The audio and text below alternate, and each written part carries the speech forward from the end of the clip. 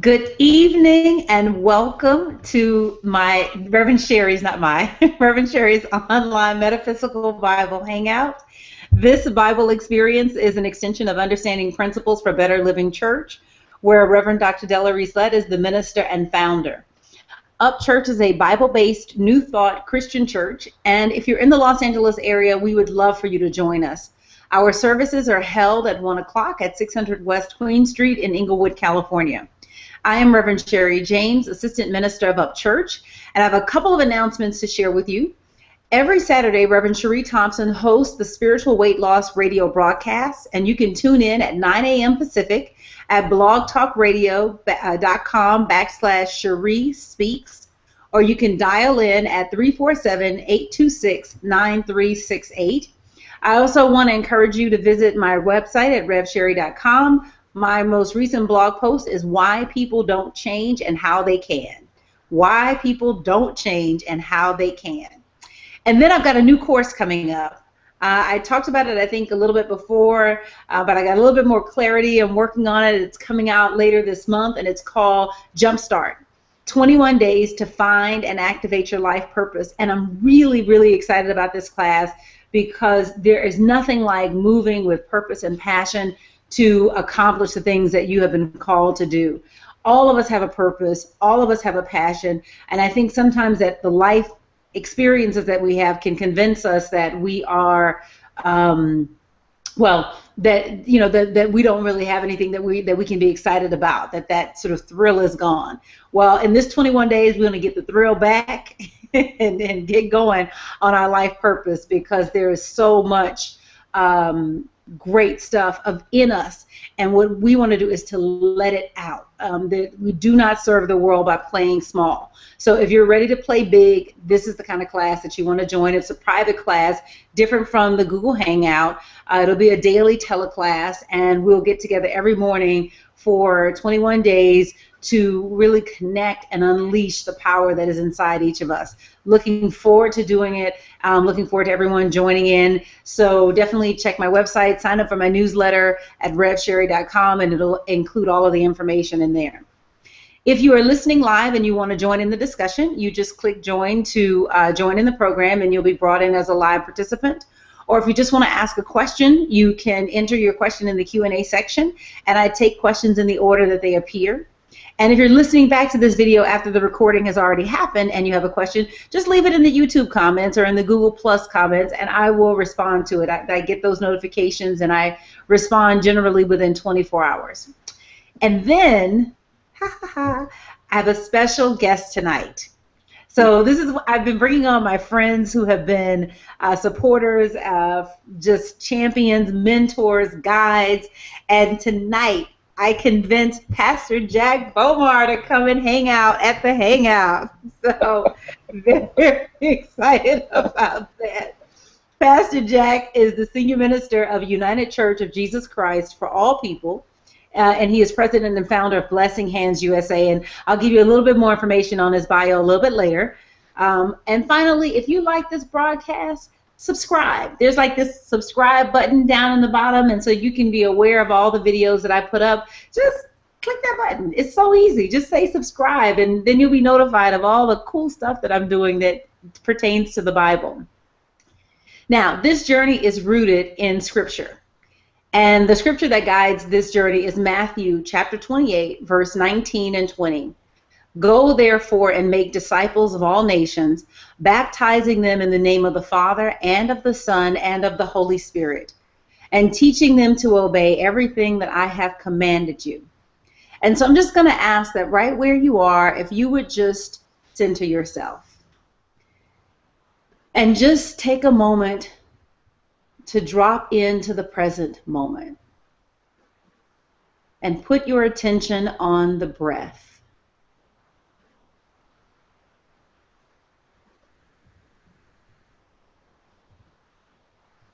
Take another deep breath in and hold it, and then take in a little bit more air and release. Take a deep breath in And hold it. And a little bit more air. And release. We just give thanks and praise for this moment.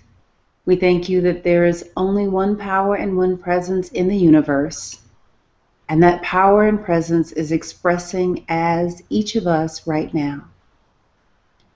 Tonight, we just connect into one another to pull out the greatness that lies within each one of us. Let this energy move us to say the things to one another that we need to hear so that we may walk away uplifted, enlivened, and enlightened. And let us change. Give us the power to shift what we think so that we can bring out a greater expression of who we are. It's no longer enough for us to be average. We weren't made average. We no longer want to behave average-like.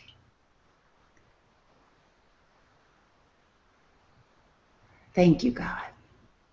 I put this class in your hands and I ask you to do your work this evening. And I release this prayer in the name and through the power that is in the name of Christ Jesus. I let it be so. And so it is. All right. I'm so excited. Thank you, Jack. I have certain people on the planet that are like my favorite people on the planet. Jack happens to be one of my favorite people on the planet, like for sure. Like literally when I am in his presence, I feel like my soul just leaps. So. You're too kind. God bless you. Thank you, thank you. Let me tell them a little bit about you. So this is Pastor Jack Bomar, and I'm going to give the floor to him in just a second. He is affectionately called Pastor Jack. He's a native of Tennessee, and he is the founder of Blessing Hands USA, which is a nonprofit organization that is established to revive, restructure, and revitalize communities. He is presently providing pastoral leadership and support at the United Church of Jesus Christ in Beaufort, South Carolina.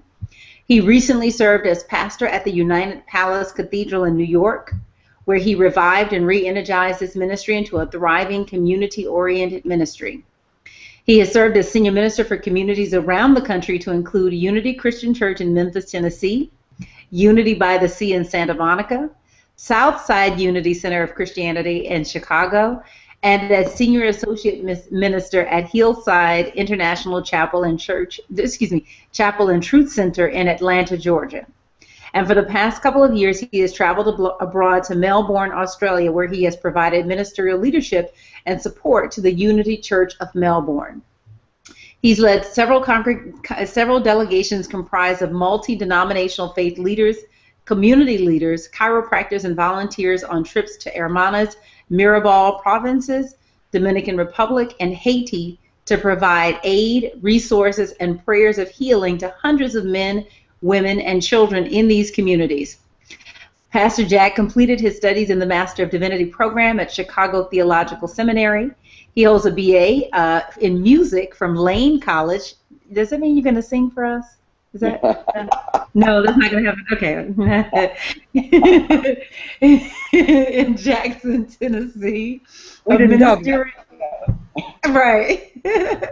A ministerial ordination from the Barbara King School of Ministry, which is in Atlanta, Georgia, and the ecclesiastical ministerial endorsement from the United Church of Religious Science in Burbank, California. His organizational affiliations include the Alpha Phi Alpha fraternity, which is the brother organization to my sorority, the Alpha Kappa Alpha Sorority Incorporated. And I could probably just stop there, but no. He is known as New Thought's walking and talking preacher. He has appeared on numerous television and radio programs around the country and beyond, to include such cities as Memphis, Chicago, Atlanta, Los Angeles, Honolulu, Melbourne. He has served as producer, director, and host of Power Hour, which is a live interactive radio program that promoted a combination of traditional gospel and contemporary music with a mixture of the spoken word using spiritual principles. So his desire is to serve as a conduit that fosters a greater sense of self-awareness, spiritual enlightenment, and God consciousness with the communities in which he serves, and his hope is to encourage people of diverse backgrounds to transcend differences, bridge communication, and build a coalition that leads to the achievement of a common purpose, a unified and loving community. And he states, in moving toward greater achievements, I seek to be more accessible to the succeeding generations of youth in a reciprocal type of role modeling that promotes healthy and effective participation in the global community experience. Hi, Pastor Jack. Love you, Sherry, and good evening, all of you, beloved. God bless you. It's an honor and a joy. I celebrate this great work that you're doing. And thank you for the opportunity to be up at 11 o'clock here in Beaufort to share with your wonderful supporters. God bless you. Thank you so much. Josh says, wow, ties to both Reverend Ike and Dr. Barbara. Yeah, how did you pull that off? I mean, yes, God, but how did you pull that off? Well, you know, I just showed up. Only God. That's all I can say. But it's been a phenomenal journey. And you know, the thing about it, I keep hearing, and you'll hear me reference this a lot in this time together, I keep hearing that the best is still yet to come.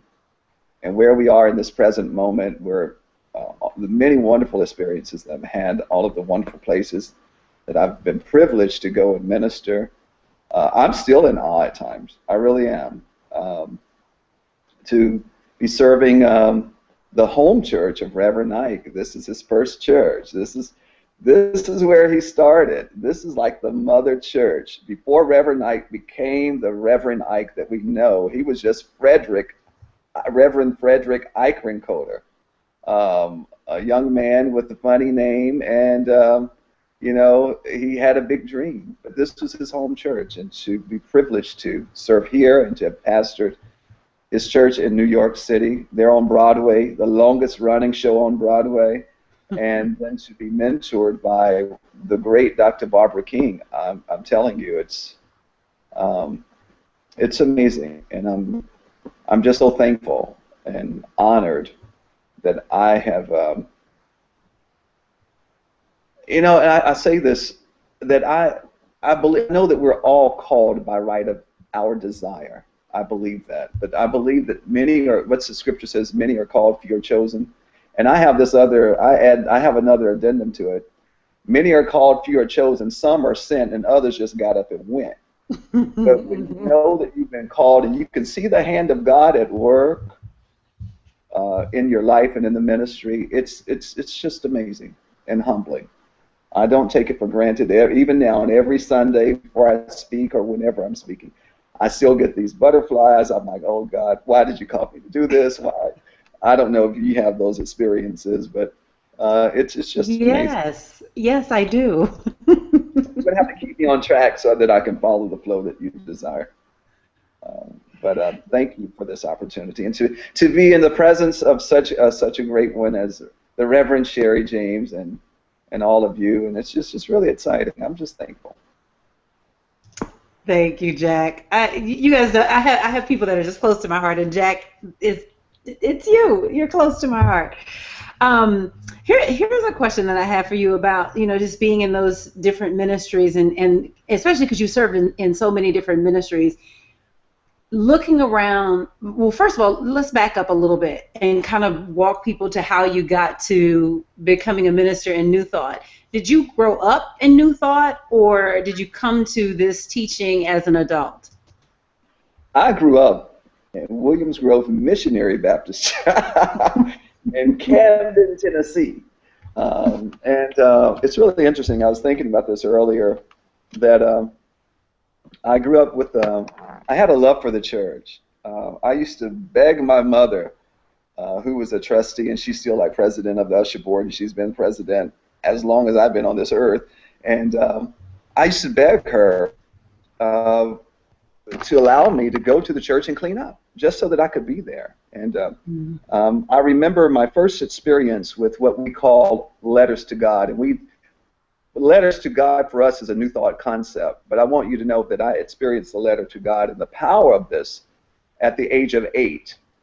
I recalled that there was a televangelist, this minister on TV. I can't even tell you the name. I just knew he was dressed in white. It was not Benny Hinn. And he wrote this letter. No, he was on television. He says, whatever you want God to do, put it in a letter and mail it to me. Whatever you want God to do, write it out in a letter and send it to me.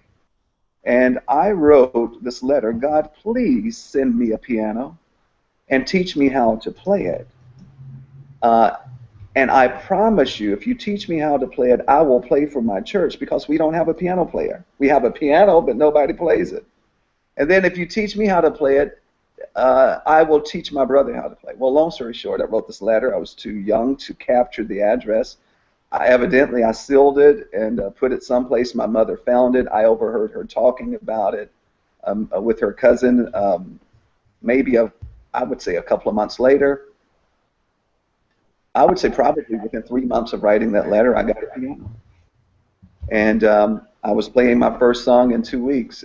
2 weeks later, and it just kept growing from there and evolving. And so to have this experience and see that it's real. And I know you're going to ask, if you want to know what do I know for sure, when God speaks to me, I know that for sure. And I've learned to listen to it, and it's phenomenal. So I started up in the church. I grew up in the church and had a love for it. I used to travel with the deacon collecting tithe. You know, for the people who wouldn't show up at church, we would go around getting that tithe money. That's a word from our preacher. You got to go. We used to go around and get it. I would get up early on Sunday morning to catch Brother George. I would go around collecting tithe money. You know, even there, it was preparing me to serve in this ministry that is considered one of the premier prosperity ministries, not only in New Thought, but in the world, even still. Getting that money. That is hilarious. That is hilarious. So what then opened, because I grew up in a traditional church as well. I mean, I grew up in the Mount Zion Missionary Baptist Church in Houston, Texas, on Homestead and Tidwell. So the question I have is, how did you get to New Thought? Because I too had that same thing. There was a point in my development where my mom just flat out rejected the church and said, I ain't going. You know, there were a couple of the expletives that were with that. But the upshot is, I ain't showing up. You know, y'all are crazy and I'm not going. But I just felt this draw, like I had to be there. And I had a play mom down the street, Mary Ashley. She was a nurse. She had a doctor, Dr. Mary Ashley, I would ride to church with her. And I continued to go, and there was just this need that I had to be there. But I didn't agree with what I was hearing, but there was a need to be there. Like, it was this kind of push-pull thing. Like, I didn't necessarily accept all that was being said, but I felt compelled to be there. How did you end up with New Thought coming out of, you know, driving around picking up the tithe? Well, actually, it was right after college, and I was really working my first job and just feeling overwhelmed, stressed, and the youngest supervisor there. And what were you doing? What was your job? I was a supervisor for a residential facility, working with male adolescent sex offenders. And I was the youngest supervisor, and so I had this team of therapists and had to supervise the physician and the nurses and all on the shift. And it was just stressful. You know, you got the position, I got the title, but then I did not get the promised salary. Then I had to train my successor. So it was very, very, very challenging. And I had this therapist who worked the shift, and when I met her, I saw it was something about her. She had so much light, and I didn't know then that I was seeing, you know, it was her essence, her aura, and all of that. But I told her when I met her, I said, you have something to share with me, and I'm open to whatever it is. I want to know whatever it is. And she was a colon, what do you call it, a colon therapist and a practitioner. Oh. Yes, a hydrotherapist. I've had that experience. That was a part of it. That became, you know, that was my vegetarian lifestyle started. It had to got you going with that vegetarian stuff. But she was also a practitioner, a religious science practitioner from Agape. Now, this is in Tennessee, Nashville, Tennessee. Wow. And she would, you know, it was just something. She would come in the room and in the facility, and she would just light up the place. And I'm like, it's something about her. And so the more we talked, and she says, Jack, you know, I want to recommend something to you. This is after going through a few treatments with her, and she said, I want you to go and get this book.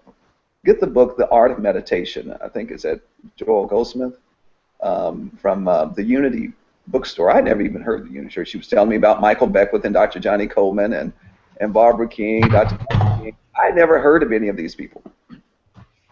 Sure enough, I went to the bookstore, the Unity Church, got the book. But while I was there were a few other books that I got. One book that really changed the course of my life. You asked me this. And it was God Never Fails by Mary Kupferle. Mary Kupferle was a Unity minister. And that book changed my life. I would read it Hold on. You give me good stuff. I'm going to build a little resource list to put on the site. So those of you that are watching, don't worry. I'm taking notes, and I'm going to put this on the site. So you said God never fails. She has another good one, God Will See You Through. But then I got her meditations on tape. And I worked third shift, and I would read the book, and I would play that tape all night long. I would read it to the other therapists, and they would be, you know, just calm and everything. So I felt this whole something happening in me. You know, I wouldn't stress out about certain things, and that led to, you know, attending services at the Unity Church. The people were so loving, so warm. It felt authentic, genuine.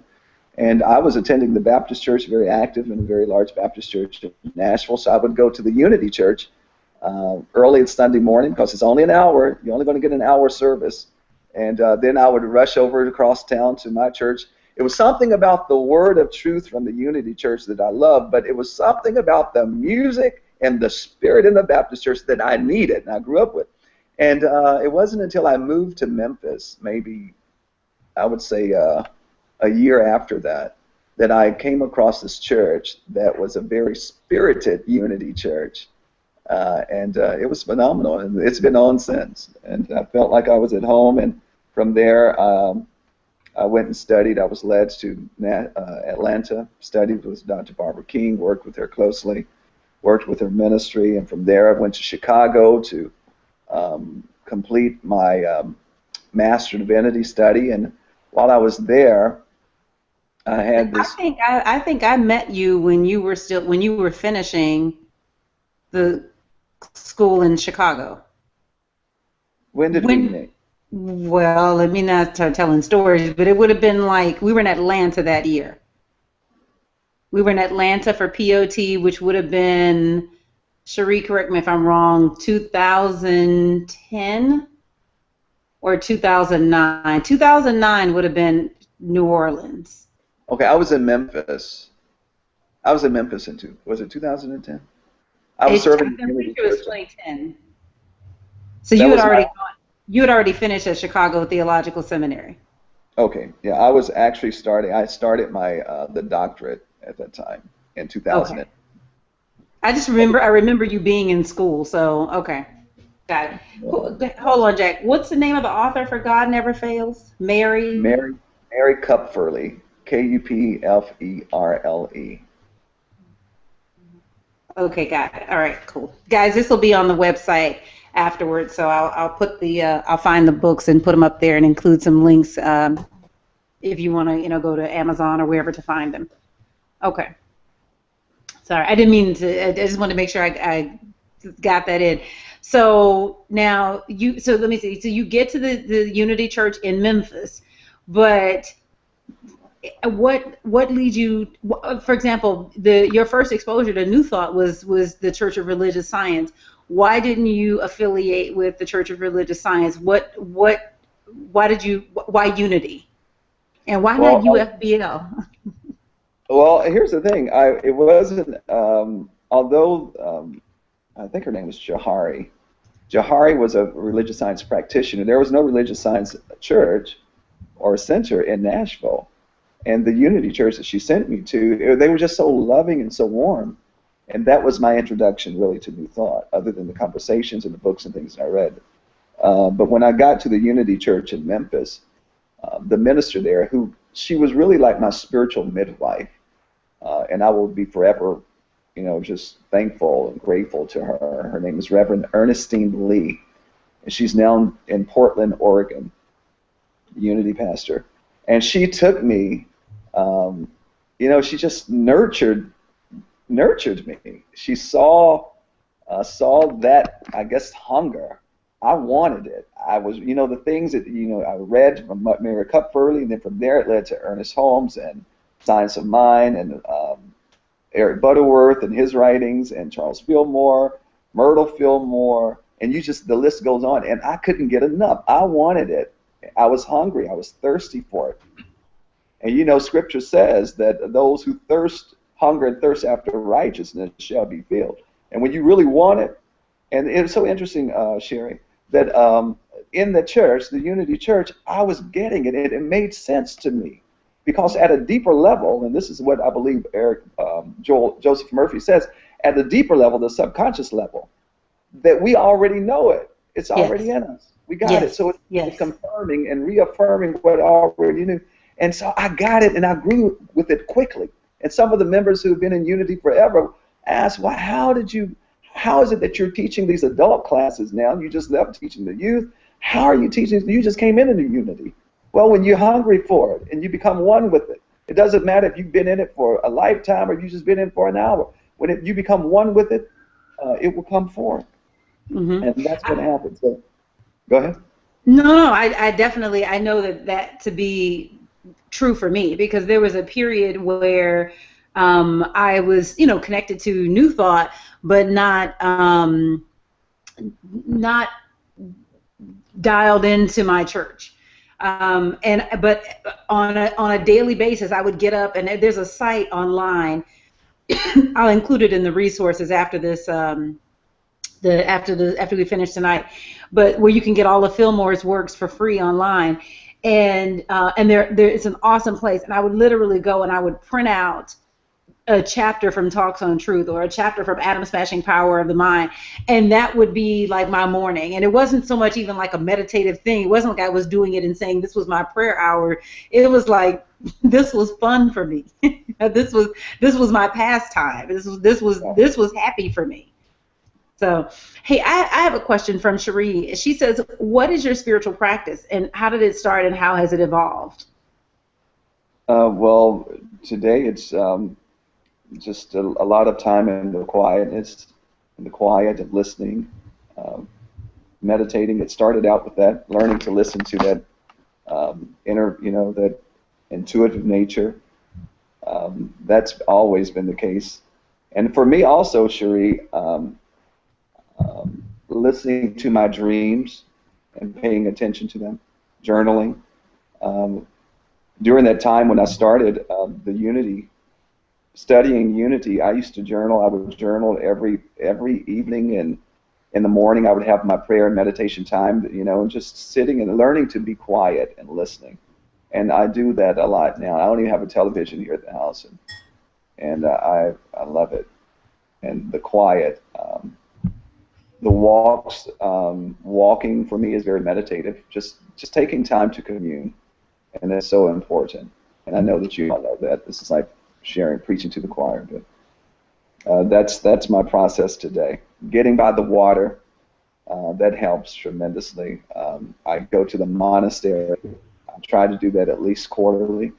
Go and spend a week in silence. Oh, I love that, Jack. Okay. Sorry, you just excited something in me, because this was I read A Work of Heart, which is I can't call his last name, and it's on the bookshelf back there, but it's called Celebration of Discipline. Celebration of Discipline. And it talks about that fasting, and there was a point at which every noon at Friday to noon Saturday I would fast, and it would be sort of my fasting and praying period. And I had so many breakthroughs from that. And my Saturdays I would spend alone, and I would call them my dates with God.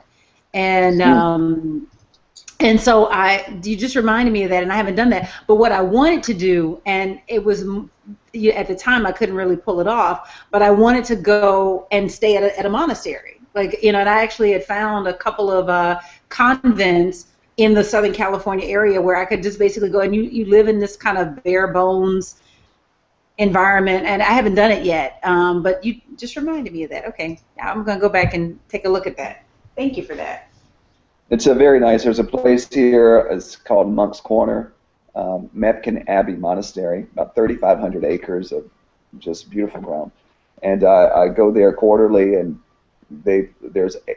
we pray 8 times a day, beginning at 3:30 in the morning, and we enter the silence at 8 p.m. and we remain in silence until 8 a.m. and we eat together in silence. And there's prayers, a lot of prayers, and it's beautiful. Just the most. It works for me, and so I seek to do that. And also there's a place there that I visited in May, Optimum Health Institute. It didn't have those moments of prayer and meditation as the monastery does, but it was very good. Eating, my diet and eating foods that raise the vibration and heightens the vibration is very important.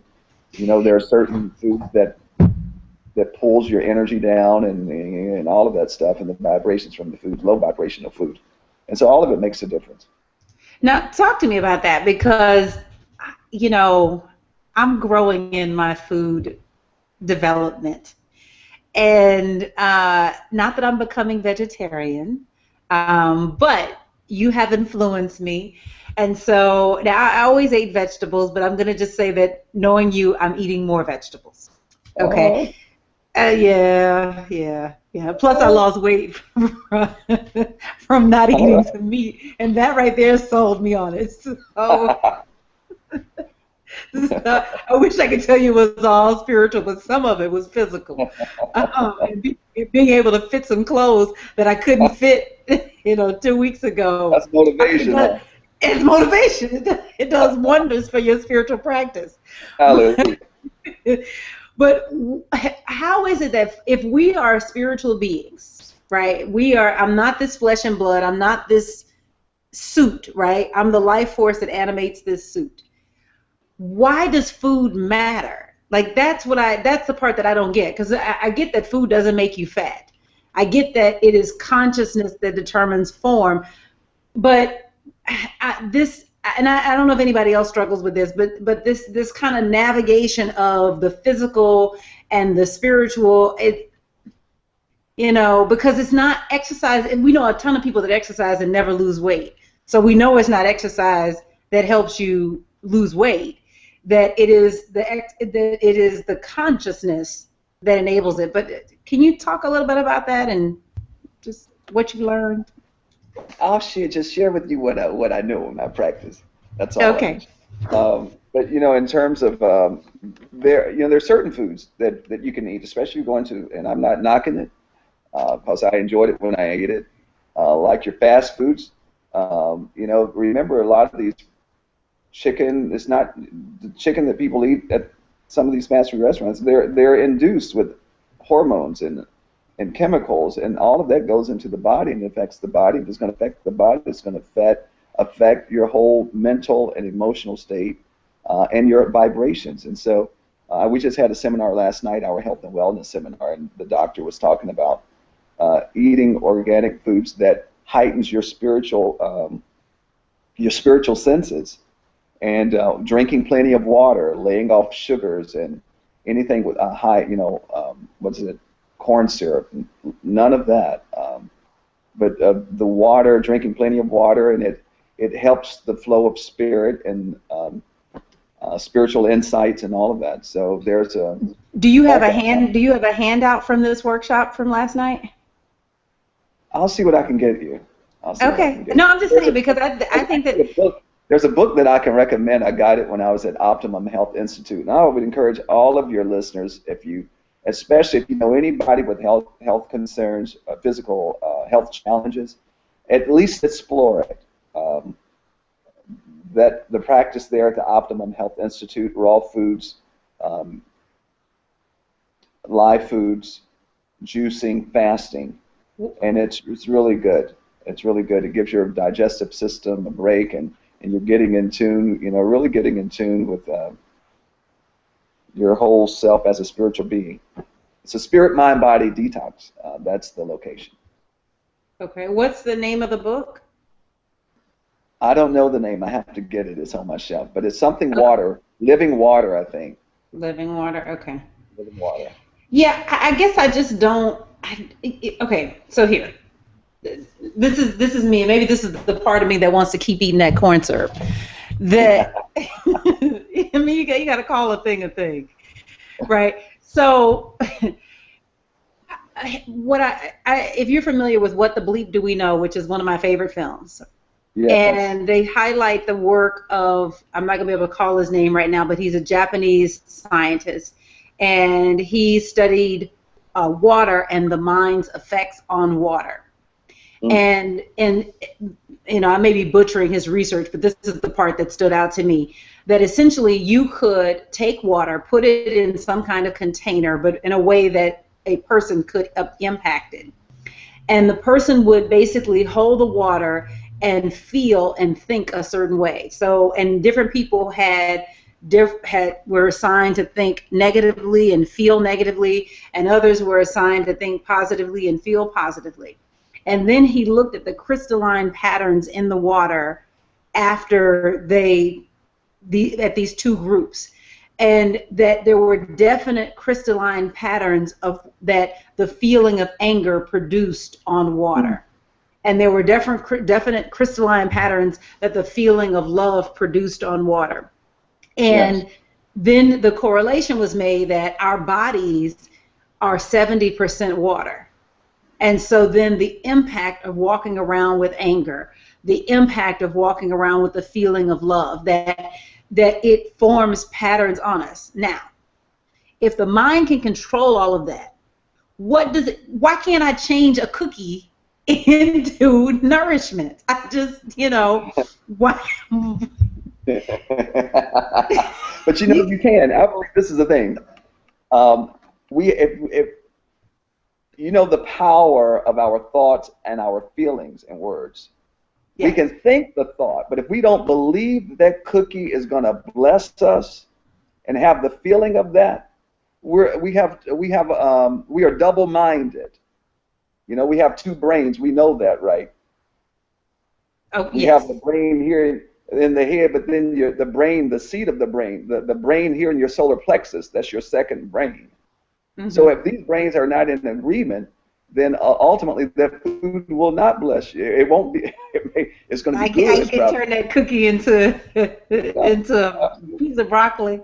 I think it was Eric Butterworth. Who's it? Eric Butterworth or Joel Goldsmith says it's not. I think it's Eric, who says it's not so much what you put in your body as the thought that you attach to what you put into the body.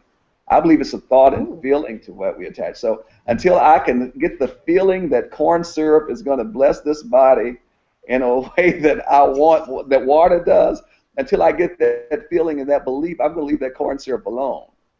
Okay, wait. It's not what you put in the body. It's the thought that you attach to what you put into it. Okay. All right. This is a tweetable. It's the thought. Okay. Attached. Okay, got it. Ja had a question. Ja said, but in a sense, isn't that what saying grace is about before eating? Absolutely. Absolutely. But it's more so than just speaking the words. I believe that, we can always speak words, but there must be a feeling. The feeling gets the blessing, my friends. Remember that. And that's quoting my predecessor, Reverend Knight. Your feeling gets the blessing, and that's, we drop an idea, even the thought of a prayer or a blessing from the first brain down to the second brain, and you bring those two together, the sons of thunder, then you get the blessing and the manifestation. Because we can think a thing and not feel it. I think that's key. Let's talk about feeling, because so many people come into this teaching, and so many of traditional pastors have basically grabbed hold of the New Thought message on prosperity, on health, on abundance, living well, all of that, and have run with it and created mega businesses with it. But it is the feeling that gets the blessing. And I feel like where we fall down in New Thought is in understanding how to magnify the feeling. Can we talk a little bit about that? Like, what, if that's it, and it's how then do I get into the feeling? I know that we focus a lot on affirmation and denials and affirming a thing faking it, as Reverend Knight would say, fake until you make it, of decreeing a thing or decreeing those things that be not as though they are now. But at some point, this is the power of visualization, and this is why you see these young actors, and not actors but athletes and artists, and they're amassing so much wealth and popularity at such a young age. They have been seeing and working their craft, and not only seeing it, but feeling it and living it, using the power of visualization and really getting into the feeling of the thing. And the thing, it happens for them. And I believe a lot of times, and this is what I've found in pastoring, and often typical, people working with a particular idea, but their actions do not coincide with the thought and the affirmation that they're affirming. So if the actions and the words, if the actions and thoughts are not in alignment, then the house is divided. Yes, to affirm I am prosperous, or to affirm that money comes to me easily, under grace, with ease and perfect ways, to affirm that unexpected and expected incomes always flows to me, every day is my payday, to affirm that, but then to feel it and believe it and walk as though every day is your payday is it's a different thing. So when we get that feeling of it, and we begin to live from that space and place, and I believe that that's what happens to a lot of, and I know I've seen many of the ministers come in, they get these teachings, and it's just like people who come in, it's new to them, and just as I was hungry for it. I got it. I ran with it. You did, and probably everyone who's online now, they did the same thing. And when they get it, they're putting everything that they have behind it, and it's working for them. And I think in many cases that our people trying to catch up to it. We're supposed to be we teach prosperity, right? Mm-hmm. New Thought focus on healing, prayer, and prosperity. Good relationships, healthy relationships, and we should be leading. I guess other ministries in this light, and that's one of the great things I really, one of the many things I respect and appreciate about Reverend Knight. He wasn't ashamed of it, and he often taught, if you don't feel worthy of that which you're praying for, it will never come. You don't feel that you deserve it and feel worthy of it, it won't come. And so I really, I don't know if I'm babbling or.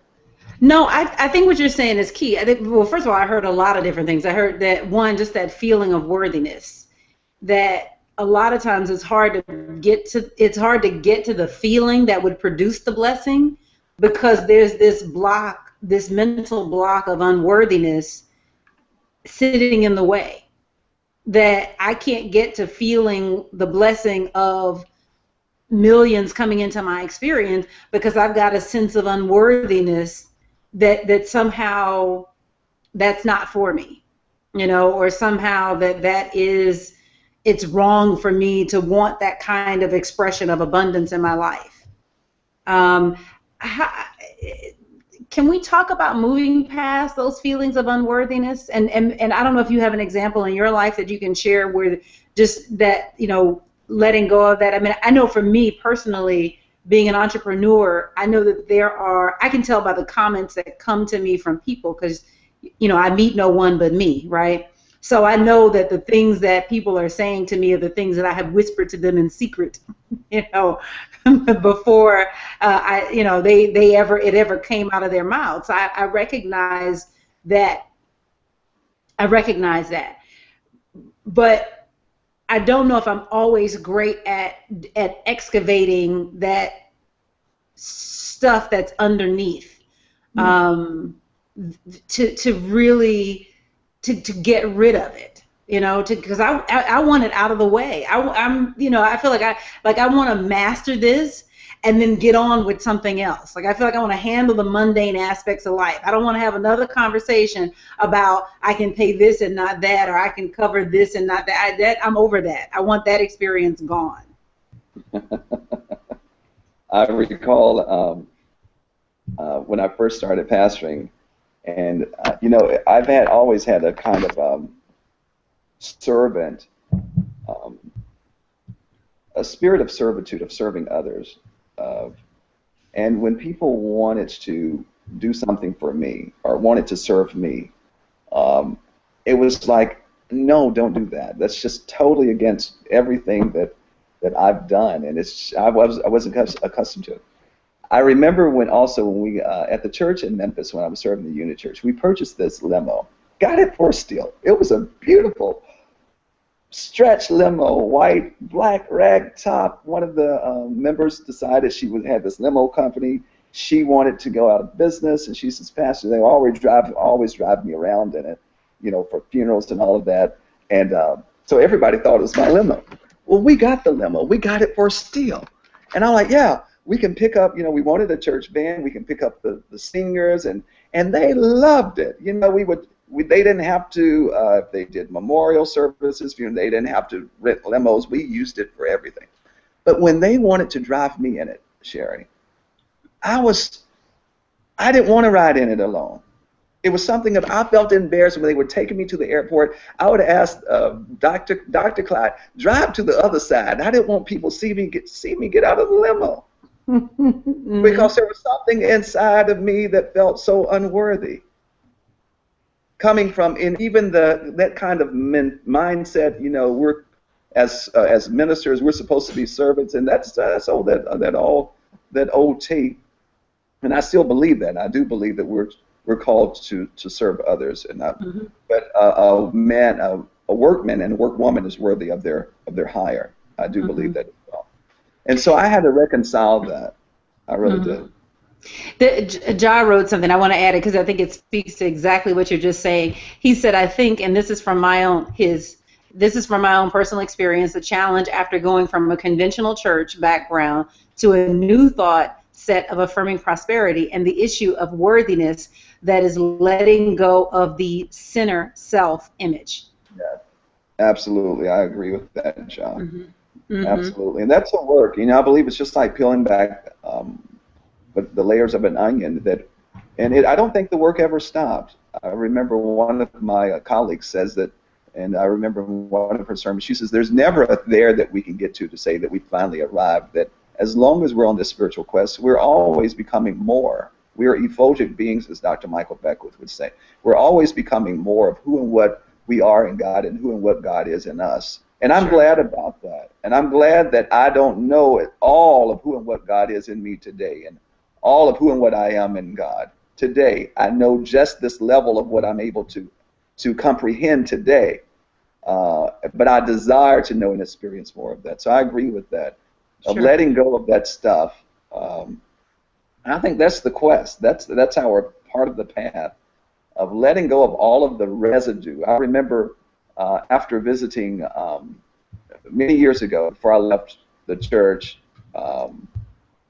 in Santa Monica to start my own ministry, Bomar Global Ministries, I visited India. I was led to go and visit India to visit with Sai Baba. I stayed at his ashram for a couple of weeks, I think. And on the return, I met one of his devotees. Her name was Swamini. You know her as Alice Coltrane. She lived right there in Agoura Hills, California. The wife of, is it John Coltrane? The musician, yes. And she wanted an audience with me, and I met with her. Beautiful land, 40 acres of land. If you ever get a chance to go to Agoura Hills, go and check it out. She transitioned. And she told me, she says, listen, on this spiritual quest, in order to get to that space and place that you desire to get to in your spiritual journey, she said, there must be no residue of the world in you. No residue of the stuff from the past, of the things that we're holding against ourselves. There can't be any of that. No residue of the world can be in you if you're seeking to be elevated to what Bishop Carlton Pearson often says, to go behind that. There's a space and place that we can get to. Our more traditional brothers and sisters may call it behind the veil. That there's a realm that we can get to in our spiritual awareness.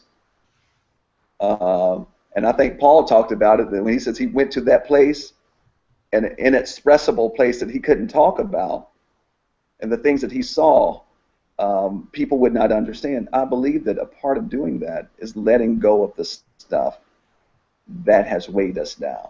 Mm-hmm. And those are the feelings of unworthiness, of sinner, and all of that stuff. Mm-hmm. So I'm working on it.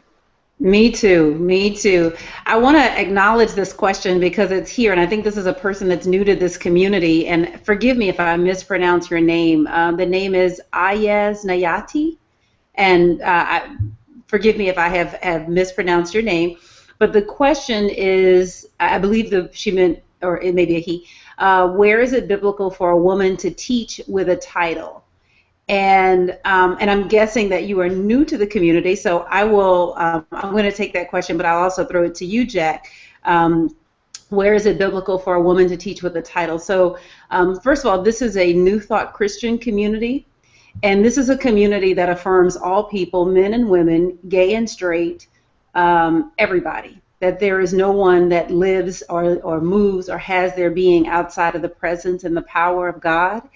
That everyone is welcome, and that everyone has the ability to speak the truth that is in their soul, and that the power of God does not restrict itself to one gender.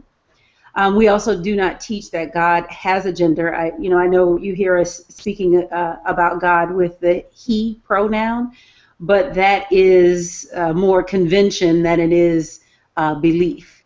And it's a way for us to not say it, because we believe that God is genderless. So God is neither male nor female. We also teach that and believe that in Genesis 1:26 and 27, let us make humankind in our image and after our likeness. So let me back up. So not this physical self is made in the image likeness of God, but the spirit that animates this self. So this is the community of people that you are witnessing. This is a way to approach the Bible, and this is a way to approach spirituality. And I'm so glad that you found us. And if you like what we're teaching, stick around. But this is a place where all people are welcome, and where we believe that the Spirit of God speaks through men and women alike, and children as well. So we are always open to listening and learning from everyone, and you are very much welcome here. Jack, I don't know if you had anything that you wanted to add. I wanted to just also share a few scriptures that you can go to. If you go to Numbers 22, you see Yahweh chose a donkey to talk through. And if God can use a donkey, I know that God can use a woman as well as a man, or boy or girl. Go to 2 Kings 22, verses 1 through 20. Go to Micah 6, Ruth 1, verses 1. Actually, read chapters 1 through 4 of Ruth. Genesis 24, 2 Kings 22. Go to Exodus 15 and 20. Numbers 27 and 7. Read that. Maybe that will share some light on it for you. And then Ayez also asks, thank you, Ayez, for that question. Ayez also asks, why are you guys talking about the Bible without quoting it? I'm not 100% sure that I understand the question, but I think maybe, Ayez, maybe you were looking for exact quotes. And all of us are very much Bible students, and for me especially, because the Bible is my area of specialty, it's an area that I am that I do a lot of learning and studying in. And so there are times when I am great with quoting it exactly, and there are times when sometimes I get a paraphrase, but know that in no way am I ever meaning to disrespect this text. This is as my teacher, Reverend Dr. Della Reese-Lett would say, the greatest how-to book in captivity. So thank you so much for your questions. I hope that you will tune in Like I said, this is a community that affirms all people, all genders, all sexual orientations, that affirms everyone, that there is no one outside the love of God, and that there are no wrong people. So I should say that even if you are talking about people who are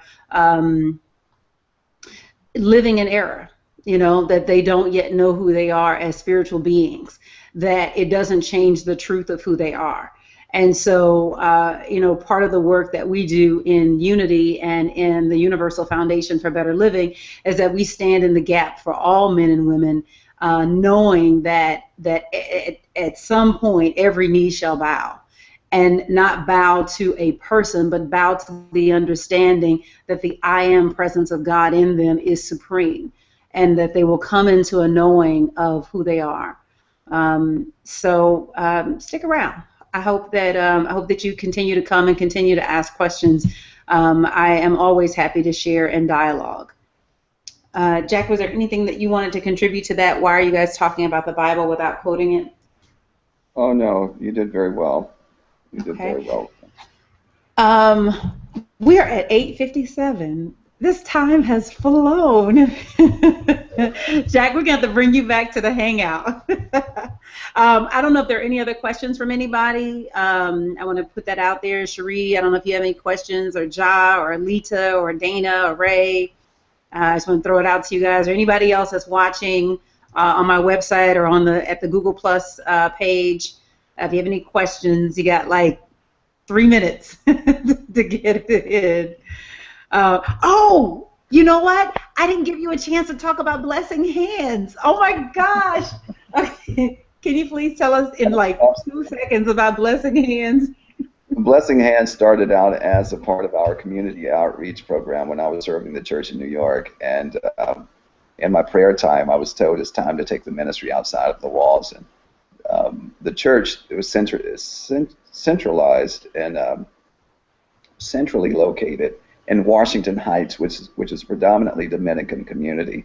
And so it was in my prayer and meditation time to carry the message beyond the walls of the church. And we started with the community and started doing a lot of outreach with the homeless population there, and the seniors and the children and parents who were in need, people who were in need. And then it led to our mission trip in Dominican Republic and in Haiti, and now we've extended it to the Philippines. And when I left the church in New York, it was something that's been near and dear to me, and I decided that I wanted to continue that, whether the church would continue it or not, and just launched it as a nonprofit humanitarian organization, and that's what it is today.